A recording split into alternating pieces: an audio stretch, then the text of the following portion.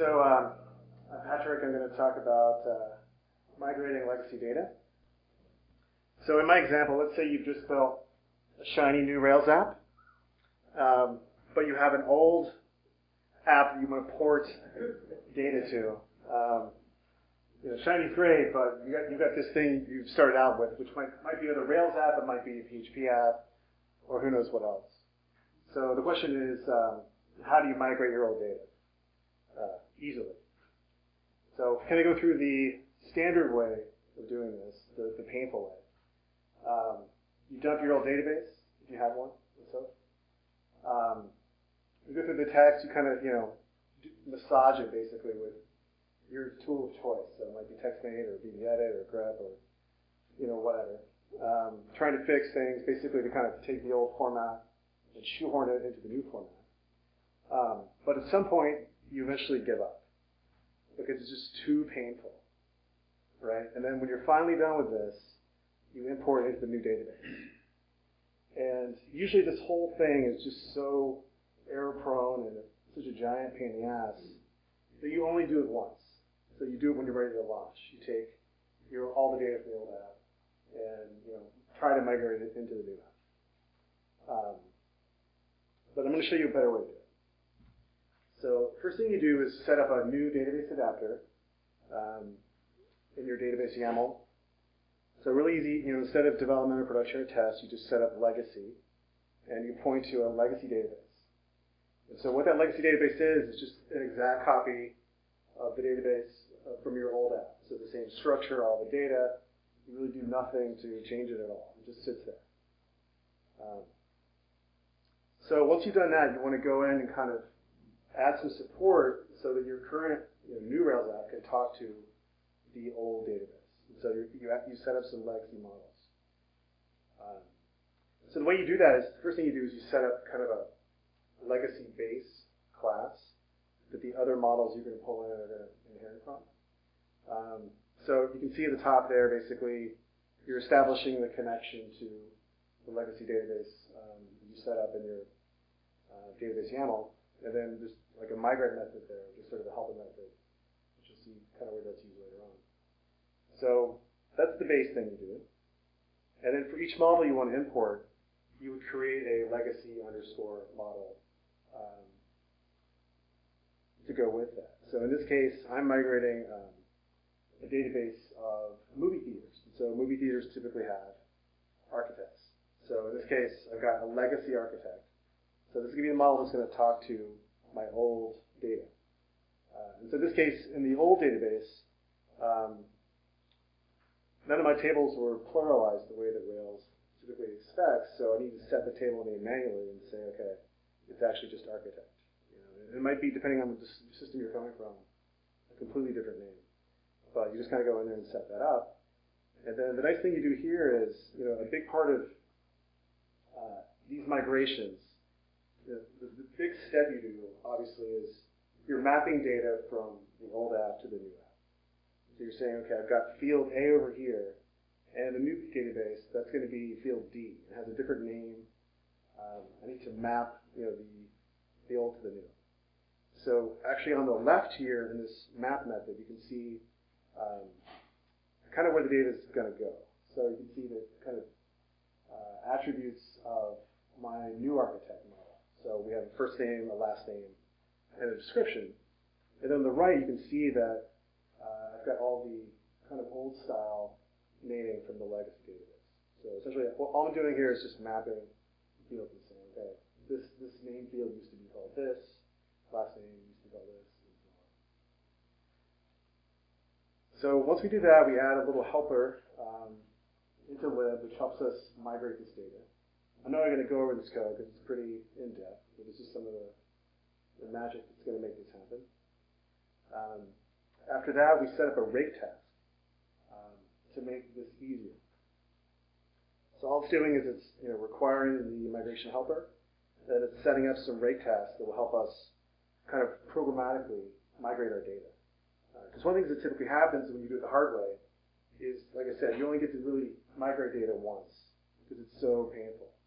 But using this rake task, you can start migrating data into your app before it's done. Like maybe even a week into the project, you could start bringing in your actual data to play around. So if you look through this, basically I'm kind of extending the Rails default DB Migrate namespace and kind of adding new rake tasks here. So I have one kind of catch-all task called legacy, which I basically use that to kind of chain the other models together. So if I wanted to run rake DB migrate legacy, it would import everything I've set up to migrate.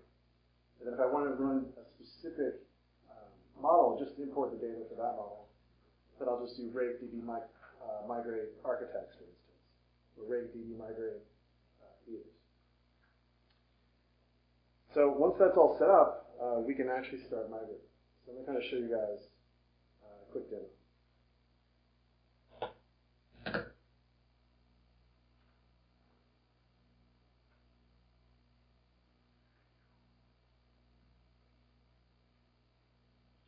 I might go back to mirroring displays.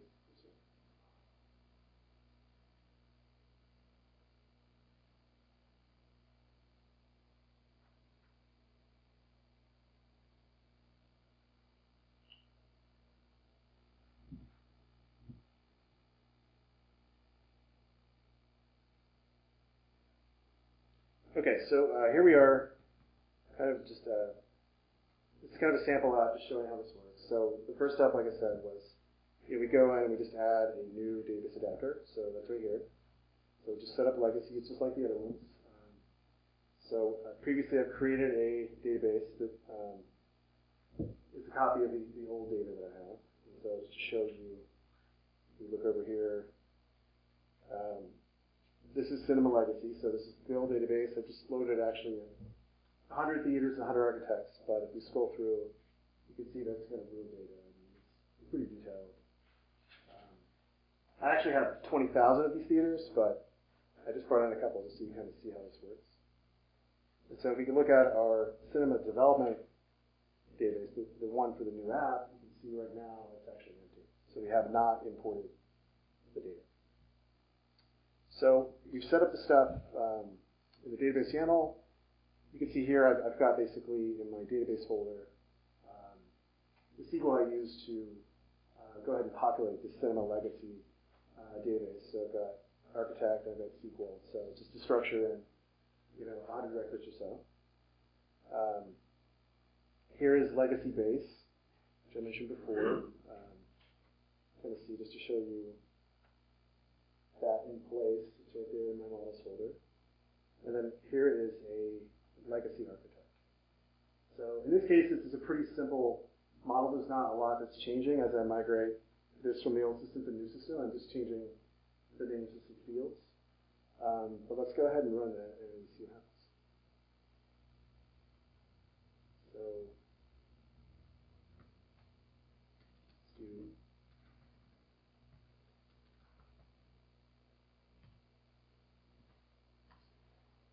I'll do rake-t just so you guys can see the rake tasks I have.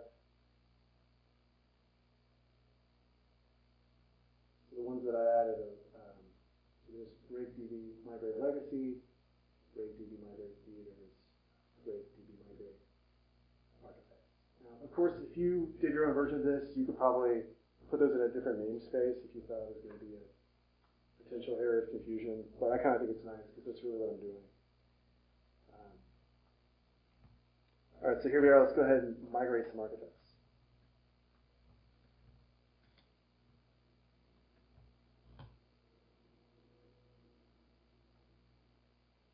Okay, so just migrated 100 architects. So if we go and take a look at our development database now and browse it, we have the actual stuff we brought over, which is cool. The script has some other features, so I could say I only want to bring in 10 architects at a time. And as you can guess, every time I do this, it's actually nuking anything that's already there. So that way you can keep running this migration over to test things. So you might want to basically do things in batches. So in this case, I have a lot of these, so not only can I say I just want to look at 10, but I can actually set an offset. So So I could kind of say offset equals 100 or something, and it'll load a different set based on the position. But if we actually look at the Rails app now, and we load, we can see that it's loaded some of these in for us, which is cool. So now let's look at a little more complicated example, which is the legacy model for the theater. So essentially, like the architect model, you can see that I've got some fields that I'm mapping, but I'm not just bringing the field in. I'm actually doing some massaging. So again, that's the kind of opportunity. So you've obviously got to take data from here and put it there, but this type of migration is an opportunity to clean up your data. If you have a lot of legacy data, it might be messy, and some of the mess may be stuff that has to be fixed. Some might be stuff that's nice to fix. And so I think using the system, you can wind up writing a lot of helper methods that really go through and clean your content depending on what your needs are. So in this case, if you look at the original database, if we go back to Cinema Legacy here, and look at theater, and you can see there's a name field, which is name present. There's also this field over here called name v, which basically just says, does the name contain v? And the reason for that is, if it does, then you would actually put that together normally when you display the theater. But in a list view or something, you might actually, put that at the end. Maybe say, like, instead of saying, the my end, you might say mine comma v, list view or something. So what I want to do with the new app here is recombine those, right? So this is a really simple method to do that, which recombines the names. So it takes the current name and whether or not it's using v in the name, and then it'll combine them. And then also on the description here, I wanted to kind of clean up the description a little bit. These are obviously pretty simple examples because your data is going to be very particular. You're going to have different things you want to do. But it's kind of showing you a methodology you can apply to more complicated projects. So in this case, I'm saying, okay, clean up the old description, and that's going to become the new description. So we're going to clean up down here. It's going to convert double dashes to m dashes, which it does down here in this other method. So if we go ahead and migrate some theaters, it's going to run this stuff.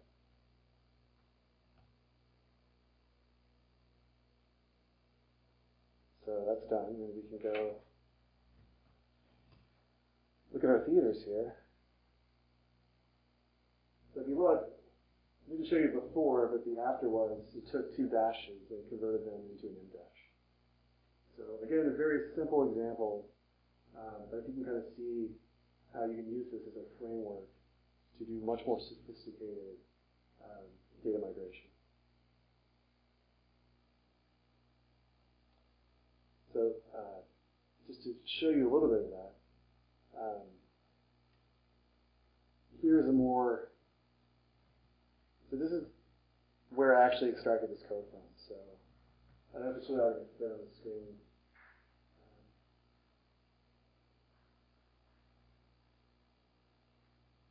But this is actually the same type of system, but for a lot more content. So you can see there are a lot more sort of entities that I'm importing. And then there's actually some stuff I'm doing that's kind of custom. So you might have to migrate your joins, and perhaps you need to do stuff with those. And then in the case of this project, which is sort of a database of theaters around the world, importing theaters, there's so much that we were doing. I wound up kind of writing a kind of a breakout helper that processes stuff differently. You can see there's just a lot of stuff going on here.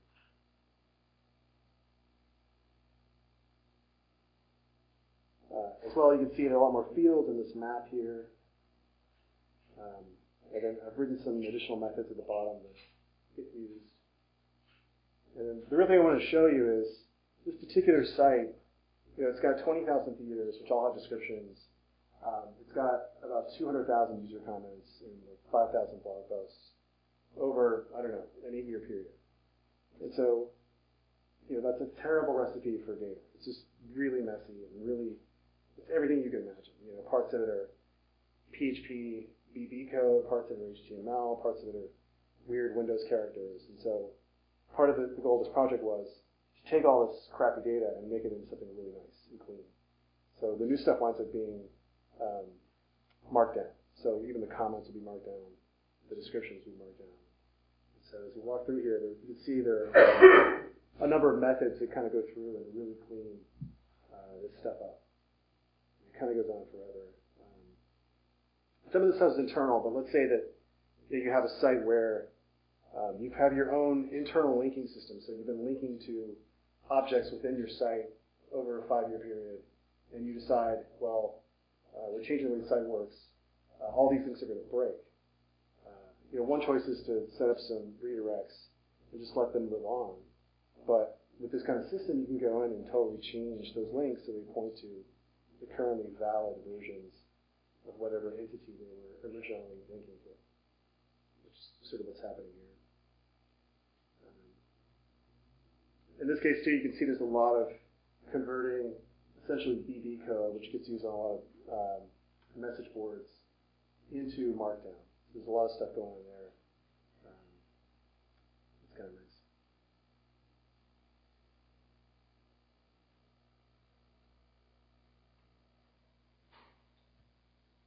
So the sample app I showed you, which contains the code that you could use to do your own migrations, is on my GitHub account, just github.com/mogulabs/legacy.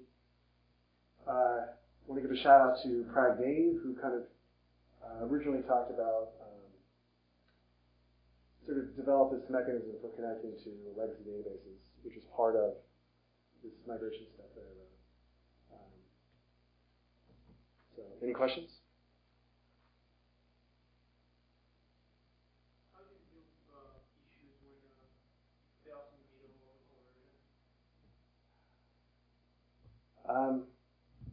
There's not much there right now.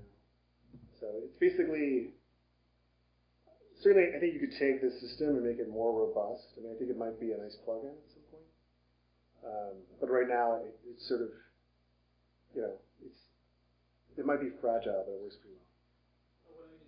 So let's say you were going to do the migration, but there's one process. You did not expect some input from some legacy code, legacy text. You're watching it and it dies. Do you always just go back to scratch and clean it up, or how do you deal with that? You mean, does the actual rake task die? Or? Usually as a developer, when you were developing the custom helpers you were talking about. Right. And I guess you always need to, there's always this edge case that will break your stuff, and you have to do it debug over and over. Yeah, so part of why it's nice to start doing this when the project starts versus at the very end is that you can continually test whatever code you have against real data. So, it's useful in terms of seeing how real data looks in the app you've created once you do import it. And then, as you are migrating in these tests, if it does break, then you can kind of go and see what's wrong and then correct it. So a lot of this is where I would kind of import a batch of 500 records, right? And actually look at them all and see, okay, with this live data with 500 user comments, what things go wrong, that really need to be fixed, and then kind of write methods that would fix those. Do you use the validation on the new model? Yes. That's one good way of checking data. Sure. Yeah. You're not going to do too many validations on like a user comment, right? Because it's either there or it's not.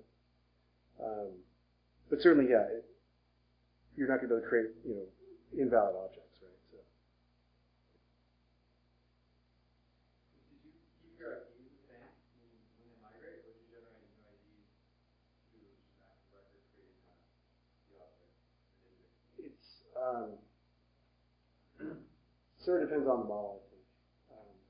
So for our site, the original site has a fairly RESTful design in terms of the way the URLs work. So it makes sense actually to preserve the original record IDs, because those are the primary identifier for the theaters. So we're bringing those over. But for other models in the system, it doesn't matter. So, well, that's not quite true, but things that are browsable. So if I'm going to browse a list of architects, like we'll preserve those row IDs. But for things like comments, those are going to be arbitrary, based on their import order as they're added to the database. You migrate the URLs, how did you do the mapping? Like to keep all the permanent links and stuff like that? Right. So basically those are just regular expressions. So links within the site that are in the old content can be in a bunch of different formats. So there's sort of the meta format it's in, like is it HTML, is it BB code, and then also like how was it linked to the site. So sort of like over the lifespan of a 5 or 10 year project, you might have 2 or 3 reboots where your URLs for things change.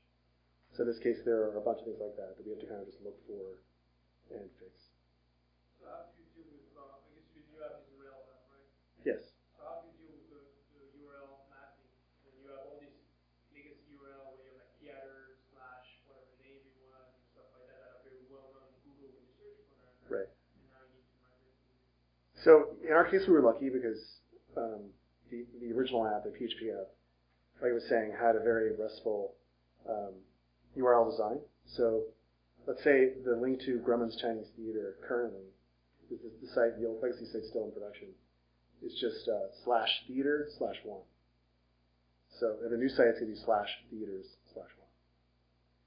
So obviously we'll update the links and the content, and then we'll wind up probably having some stuff in htaccess for that. Anyone else? All right, thanks.